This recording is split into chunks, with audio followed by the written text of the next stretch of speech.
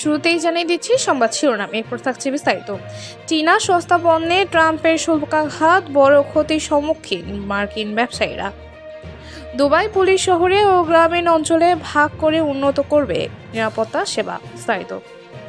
মার্কিন president Donald ট্রাম্পের নতুন শুল্কের সিদ্ধান্ত আবার আলোচনার কেন্দ্রবিন্দুতে এসেছে। এবার চীন ও হংকং থেকে আমদানি করা $800 কম মূল্যের সস্তা পণ্যে শুল্ক আরোপ করেছেন তিনি।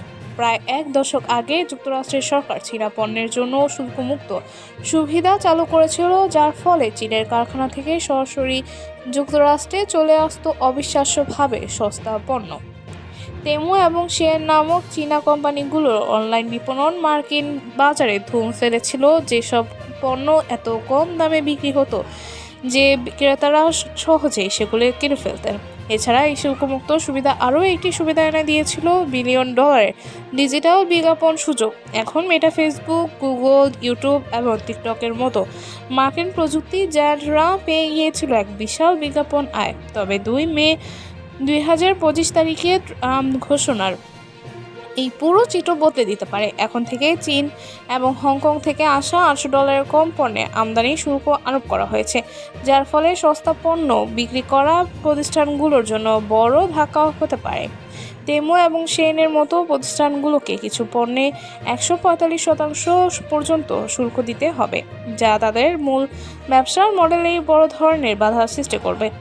ফলে তেমো জানিয়েছে এখন থেকে তারা আর সরাসরি চীন থেকে যুক্তরাষ্ট্রে পণ্য পাঠাবে না, বরং তারা স্থানীয় ফুলফিলমেন্ট মডেলে পরিবর্তন আনছে, যাতে মার্কিন গুদাম থেকে সরবরাহ করা হয় পণ্য।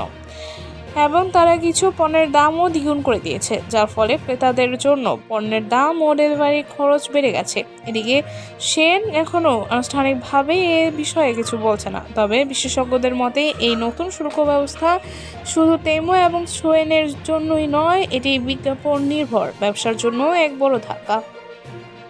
মেটা, গুগল এবং ইউটিউবের মতো বড় কোম্পানির বিজ্ঞাপন আয় কমে যেতে পারে, কারণ এই শুল্কের ফলে তাদের বিজ্ঞাপন বাজেটও ক্ষতিগ্রস্ত হতে পারে। এই পরিবর্তনগুলো মার্কিন বাজারে চীনা সস্তা পণ্য বিক্রির ভবিষ্যতে প্রশ্নবিদ্ধ করে দেবে। দুবাই পুলিশ শহরে ও গ্রামীণ অঞ্চলে ভাগ করে উন্নত করবে নিরাপত্তা সেবা। বিস্তারিত। দুবাই পুলিশের নতুন উদ্যোগে নিরাপত্তা আরও শক্তিশালী হবে। দুবাই পুলিশ একটি নতুন সিদ্ধান্ত ঘোষণা করেছে। তারা এবার গোটা আমিরাতকে শহুরে এবং গ্রামীণ এই দুই ভাগে ভাগ করতে যাচ্ছে। এই পদক্ষেপের উদ্দেশ্য হচ্ছে নিরাপত্তা বাড়ানো এবং জরুরি সেবা আরও দ্রুত পৌঁছানো। দুবাই পুলিশের কর্মকর্তারা জানিয়েছেন এই নতুন কৌশল টহল, জনবল এবং প্রযুক্তিগত সম্পদ আরও কার্যকরভাবে বন্টনে সহায়তা করবে। তাদের লক্ষ্য হলো স্মার্ট প্রযুক্তি এবং কৃত্রিম বুদ্ধিমত্তা ব্যবহার করে পুলিশের কার্যক্রমকে আরও আধুনিক ও গতিশীল করা। এখন থেকে প্রতিটি জোনে এই নতুন প্রযুক্তি ব্যবহৃত হবে, যার ফলে জরুরি মুহূর্তে সাড়া দেওয়ার গতি অনেক দ্রুত বেড়ে যাবে। এছাড়া নিরাপত্তা এবং ট্রাফিক ব্যবস্থাপনা আরও সঠিকভাবে নিয়ন্ত্রিত হবে। দুবাই পুলিশের অপরাধ তদন্ত বিভাগের সহকারী commander in chief major general Khalid Ibrahim Al Mansouri জানিয়েছেন এই পদক্ষেপটি নিরাপত্তা, জনবল এবং সেবা ব্যবস্থায় আরও দক্ষতা আনার লক্ষ্য নিয়ে নেওয়া হয়েছে।